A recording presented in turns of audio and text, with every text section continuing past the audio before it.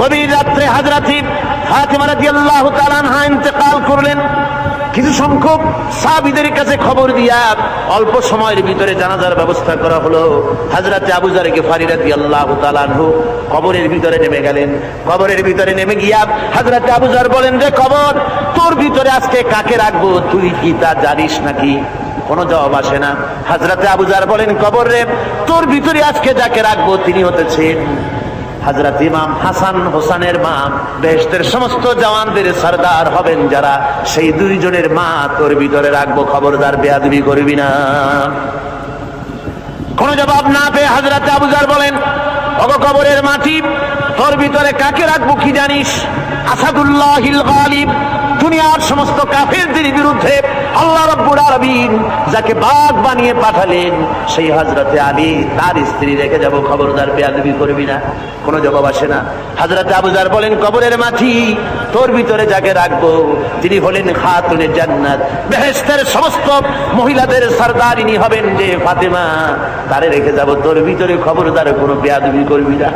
আবার হযরত আবু যর বলেন, কবরের মাটি, তোর ভিতরে কারে রাখবো কি জানিস? তোর ভিতরে আজকে যাকে রেখে দিতেছি তিনি হলেন আখেরি জামানার পয়গম্বর বিশ্বনবী জনাবে মুহাম্মদ রাসূলুল্লাহ সাল্লাল্লাহু আলাইহি ওয়াসাল্লামের কলিজার টুকরা মা ফাতেমাকে তোর ভিতরে রাখবো, খবরদার কবরের মাটি বেয়াদবি করবি না। কিতাবে এসেছে হযরত আবু যর গিফারী শুনতে পেলেন, আওয়াজ এলো, কে যেন বলতেছে, রে আবু যর, আমি ফাতেমাকে চিনি না, হাসান হোসেনের মাকে চিনি না, আলীর স্ত্রী চিনি না, রাসূলের মেয়ে মা ফাতেমাকে চিনি না। আমল যদি ভালো হয় আমার ভিতরে, আমল ভালো নিয়ে যে আসবে শান্তিতে থাকবে, আর আমল যদি খারাপ হয় আমার ভিতরে, তার অবস্থা চূড়ান্ত হয়ে যাবে। আমার ভাইরা, আমার বন্ধুগণ, আমলের উপরে ভিত্তি করে কিয়ামতের দিন নাজাত হবে। আমল যদি খারাপ হয়ে যায় কিয়ামতের দিন কেউ তাকে বাঁচাতে পারবে না। এই জন্য কিয়ামতের ময়দানে, হাসরের দিনে আল্লাহর হাবিব জনাবে মুহাম্মদ রাসূলুল্লাহ সাল্লাল্লাহু আলাইহি ওয়াসাল্লাম সিজদায় পড়ে কাঁদতে থাকবেন। আল্লাহ রাব্বুল আলামিন বলেন, হাবিব রে, আপনি কাঁদেন কেন? আজকে তো আপনার কাঁদার দিন না, আমি আপনাকে মাকামে মাহমুদ দান করেছি, আমি আপনাকে কাউসার দান করেছি, আপনার আজকে সম্মানের দিন, মর্যাদার দিন, কাঁদেন কেন? আল্লাহর হাবিব বলবেন, রব্বুল আলামিন, মাকামে মাহমুদ পেয়েছি, কাউসার পেয়েছি, কান্দি এই জন্য আমি দেখতে পাচ্ছি আবার সামনে দিয়া ফেরেশতারা আমার উম্মতগুলি জাহান্নামের দিকে নিয়ে যায়। আল্লাহ রাব্বুল আলামিন বলবেন, ওগো আমার হাবিব, আমি আপনাকে ক্ষমতা দিলাম, আপনার জান্নাতি উম্মতগুলি আপনি বেছে নেন। আল্লাহর হাবিব তার জান্নাতের উম্মতগুলি বাঁচতে থাকবেন। হযরত আয়েশা বলেন, ইয়া রাসূলুল্লাহ, কিয়ামতের ময়দানে লক্ষ কোটি কোটি মানুষের ভিতরে আপনার জান্নাতি উম্মত আপনি চিনবেন কি করে? হুজুর বলেন, আয়েশা, কোন একটি ঘোড়ার কপাল যদি থাকে সাদা, এই সাদা কপালওয়ালা ঘোড়াটা যদি অসংখ্য ঘোড়ার ভিতরে যদি হারিয়ে যায়, তাহলে সাদা কপালওয়ালা ঘোড়ার মালিক তার ঘোড়াকে পাবে কিনা বলো? হযরত আয়েশা বলেন, হুজুর, অনায়াসে পাবে। আল্লাহ রাব্বুল আলামিনের হাবিব বলেন, আয়েশা রে, কিয়ামতের ময়দানে আমার যেই উম্মতেরা নামাজি ছিল, দিনদার ছিল, পরেজগার ছিল, দুনিয়ার বুকে ঈমান নিয়ে যারা চলাফেরা করেছে, আমার দিন কায়েমের, আল্লাহর দ্বীনের জন্য যারা কাজ করেছে, ওদের চেহারা নূর চমকাতে থাকবে, ঈমানের নূর কিয়ামতের দিন চমকাতে থাকবে। সেই ঈমানের নূর দেখে দেখে আমি আমার জান্নাতি উম্মতগুলি আমি বেছে নেব। নবীজি বলেছেন, কন্যার পিতাদেরকে গালি দিও না। অনেকে টিটকারি করে, বারবার মেয়ে হয়, ছেলে একটাও হয় না, সেই জন্য টিটকারি বোটকারি করে। আল্লাহ নবী বলেছেন, মেয়ের পিতাকে গালি দিও না, ঠাট্টা করো না, যেহেতু আমি মুহাম্মদ রাসূলুল্লাহ সাল্লাল্লাহু আলাইহি ওয়াসাল্লাম, আমি মেয়েদের পিতা, আমি নিজে মেয়েদের পিতা, খবরদার মেয়েদের পিতাকে গালি দিও না। রাসূলুল্লাহ বলেছেন, আকাশের নিচে জমিনের উপরে খাদিজার মতো মহিলা আর নাই। সেই হযরতে খাদিজা রাসূলের 4টি মেয়ে পেটে ধারণ করেছিলেন। সুবহানাল্লাহ। মেয়ের প্রতি রাসূলুল্লাহ যথেষ্ট মহব্বত করতেন, মেয়েকে খুব ভালোবাসতেন হুজুর সাল্লাল্লাহু আলাইহি ওয়াসাল্লাম। হুজুরের কলিজার টুকরা ছিলেন মা ফাতিমা রাদিয়াল্লাহু তাআলা আনহা। হুজুর যখন কোথাও যেতেন, সকলের শেষে দেখা করতেন ফাতেমার সঙ্গে, আর বিদেশ থেকে সফর করে এসে সকলের আগে দেখা করতেন ফাতেমার সঙ্গে। সুবহানাল্লাহ। রাসূলুল্লাহ আরো বলেছেন, তোমরা যখন বাজারে যাবে বা ব্যবসা করতে যাবে বা বিদেশে যাবে, আসার সময় যে সব হাদিয়া নিয়ে আসো।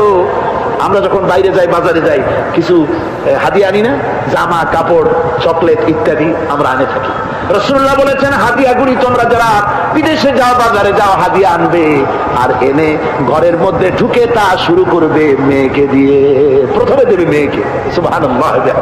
মেয়ের মর্যাদা ইসলামের সবচাইতে বেশি। কোন যুগে? যে যুগে মেয়ে হলে পরেই মাটির নিচে গেড়ে রাখতো, আছাড় মেরে মেরে ফেলে দিত। কোন অপরাধে তাদেরকে হত্যা করা হলো, আল্লাহ পাক কোরআনে কারীমের মধ্যে বলেছেন তাদের অপরাধ আর কিছু না, তারা নারী, এই জন্য তাদেরকে মেরে ফেলা হতো। রাসূলুল্লাহ তাদের ইজ্জত দিলেন। সুবহানাল্লাহ। রাসূলুল্লাহ সম্মান দিলেন, ইজ্জত দিলেন তাদেরকে।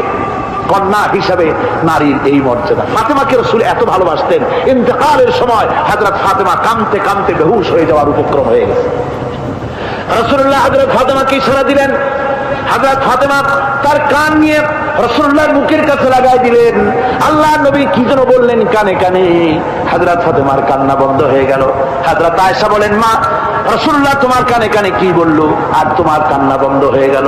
হযরত ফাতেমা বলেন, ইয়া আম্মা জান, আমার আব্বা আমার কানে কানে বললো, মা ফাতেমা তুই কাঁদিস না, তোর কান্না আমার বরদাস্ত হয় না, তোমাকে কাঁদতে হবে না। আমি তোমাকে সুসংবাদ দিয়ে দিতেছি, আমি মরে যাওয়ার পর সর্বপ্রথম তোমার সাথে আমার দেখা হবে। রাসূলুল্লাহর এই ভবিষ্যৎবাণী হযরত ফাতেমা বুঝতে পেরেছেন যে হুজুরের ইন্তেকালের পরে আমার বেশি দেরি হবে না, আমিও তাড়াতাড়ি হুজুরের সাথে শামিল হতে পারবো। হুজুরের ইন্তেকালের 6 মাস পরেই হযরত ফাতেমা রাদিয়াল্লাহু তাআলা আনহা ইন্তেকাল করেছিলেন। কন্যা হিসেবে নারীর মর্যাদা ইসলাম অনেক অনেক গুণে বাড়িয়ে দিয়েছে। এই কন্যা শিশু, কৈশোর, যৌবন পেরিয়ে যখন যৌবনে তার বিয়ে হয়ে যায়, আল্লাহ রাব্বুল আলামিন তখন বলেন, وَمِنْ آيَاتِهِ أَنْ خَلَقَ لَكُم مِّنْ أَنفُسِكُمْ أَزْوَاجًا لِتَسْكُنُوا إِلَيْهَا وَجَعَلَ بَيْنَكُم مَّوَدَّةً وَرَحْمَةً। আল্লাহ পাক বলেন, আমার নিদর্শনের ভিতরে এটিও একটি নিদর্শন যে আমি তোমাদের থেকে তোমাদের জোড়া তৈরি করেছি, তোমাদের স্ত্রীদেরকে তৈরি করেছি, তোমাদের সাথে তোমাদের স্ত্রীর ভালোবাসা সৃষ্টি করেছি, মহব্বত সৃষ্টি করেছি। এই মহব্বত আমি আল্লাহ তৈরি করেছি। আর যখন বুড়ো হয়ে যায় মানুষ, স্বামী স্ত্রী যখন বুড়ার বুড়ি হয়, তখন আর ভালোবাসা থাকে না, তখন ওই ভালোবাসা সহৃদয়তার করুণায় আমি আল্লাহ পরিণত করে দেই। বুড়ার জন্য তখন বুড়ি ছাড়া আর উপায় নাই, বুড়িরও আর বুড়া ছাড়া উপায় নাই। তখন ভালোবাসা কোনো বিশেষ কোনো অক্ষণীয় ভালোবাসা নয়, তখন একের উপরে অন্য একদম নির্ভরশীল হয়ে পড়ে। আল্লাহ পাক বলেন, এই অবস্থা আমি আল্লাহ সৃষ্টি করে দেই। সুবহানাল্লাহ ওয়া বিহামদিহি। স্ত্রীকে রাসূলুল্লাহ কত ভালোবাসতেন। আল্লাহর নবী বলেছেন, আমার কাছে 3টা জিনিস প্রিয়, একটা হচ্ছে সুগন্ধি, একটা হচ্ছে নামাজ, আরেকটা হচ্ছে স্ত্রী। সুবহানাল্লাহ। স্ত্রী আমার কাছে প্রিয়। হুজুর বলেছেন, তোমাদের মধ্যে সেই ব্যক্তি উত্তম যে ব্যক্তি তার স্ত্রীর কাছে উত্তম। আমি আমার স্ত্রীদের কাছে উত্তম ব্যক্তি। সুবহানাল্লাহ। রাসূলুল্লাহ স্ত্রীকে কত ভালোবাসতেন। বিশ্বনবী রাজনৈতিক কর্মকাণ্ড চালাচ্ছেন, যুদ্ধের দামামা বাজতেছে, চতুর্দিকে কত অশান্তি, সবকিছু চলছে, স্ত্রীর হক আদায় করতে ভুলে যাননি। রাতের বেলায় হযরত আয়েশার বয়স কম, তাকে নিয়ে রাসূলুল্লাহ একটু সুযোগ পেয়েছেন, বলছেন, আয়েশা সব তো ঘুমিয়ে, চলো আমরা একটু দৌড়াই। ওই যে দূরে একটা জিনিস দেখা যায়, দৌড় দাও, দেখি কি আগে যায়। দুজনে দৌড় প্রতিযোগিতা করলেন। দৌড় প্রতিযোগিতায় হযরত আয়েশা ফার্স্ট হলেন, হুজুর পিছনে পড়ে গেলেন। হযরত আয়েশা খুব আনন্দ করলেন যে আপনি কিন্তু আমার সাথে দৌড়ে পারলেন। পরবর্তী কিছু কাল যাওয়ার পর হযরত আয়েশা বলেন, হুজুর আজকে আবার বললেন যে চলো আয়েশা একটু দৌড়াই।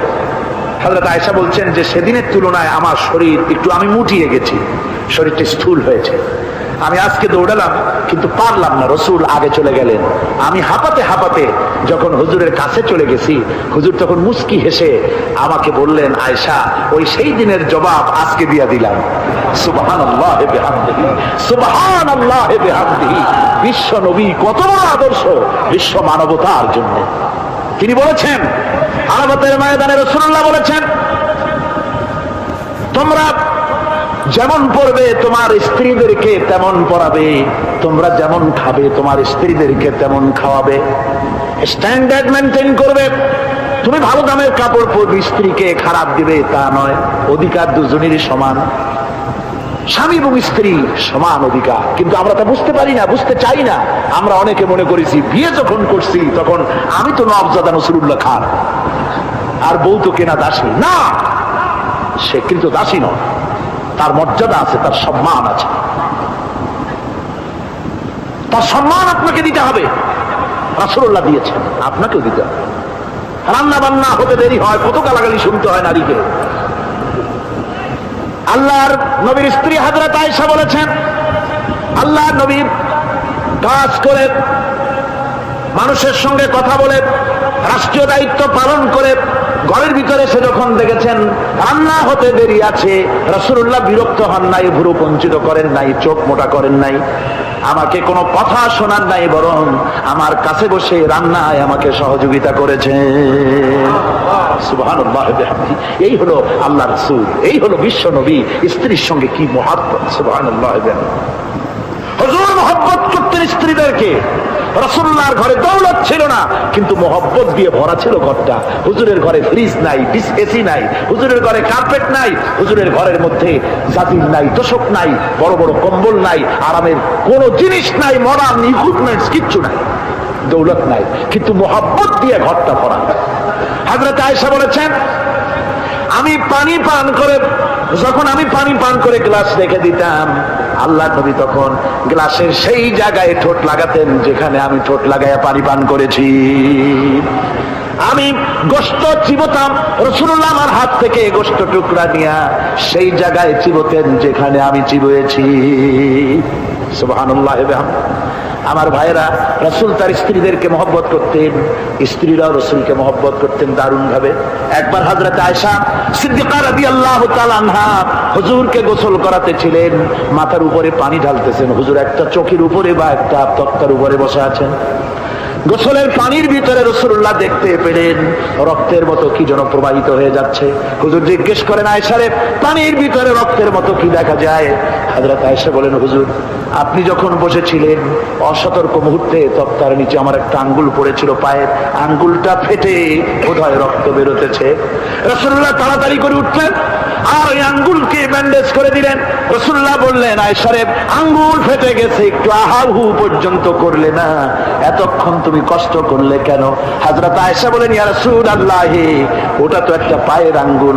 আয়েশার কলিজাটা ফেটে যদি রক্ত বেরোতো, রাসূলুল্লাহকে উঠতে বলতে আমি পারতাম না। কি মহব্বত রাসূলের সাথে! হযরত আয়েশা বলেন, রাসূল সাল্লাল্লাহু আলাইহি ওয়াসাল্লাম স্ত্রীদেরকে এত ভালোবাসতেন, আমাদের ঘরে গোশত টোস্ত তেমন রান্না বান্না খুব কম হতো। গোশত রান্না হবে কি, মাসের পর মাস চলে গেছে রাসূলের বাড়িতে, হুজুর স্ত্রীরা বলেছেন আমাদের ঘরে চুলে আগুন জ্বলে নাই, একটু শুকনা রুটি, একটু শুকনা খেজুর আর একটু পানি খেয়ে আমাদের জীবন চলেছে, এরকমের অবস্থা হয়েছে।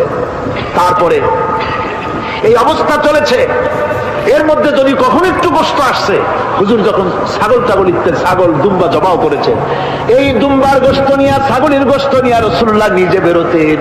হযরত খাদিজার বান্ধবী কোথায় আছে খুঁজে ওই বান্ধবীর কাছে গোশত পৌঁছে দিয়ে আসতে। হযরত আয়েশা বলেন, একদিন আমার ঘুম ভেঙে গেল, দেখি হুজুর আমার কাছে নাই, গেলেন কোথায়? খুঁজতে খুঁজতে যায় দেখি মসজিদে নববীর ভিতরে হুজুর হাত তুলে বসে আছেন, মোনাজাত করতেছেন।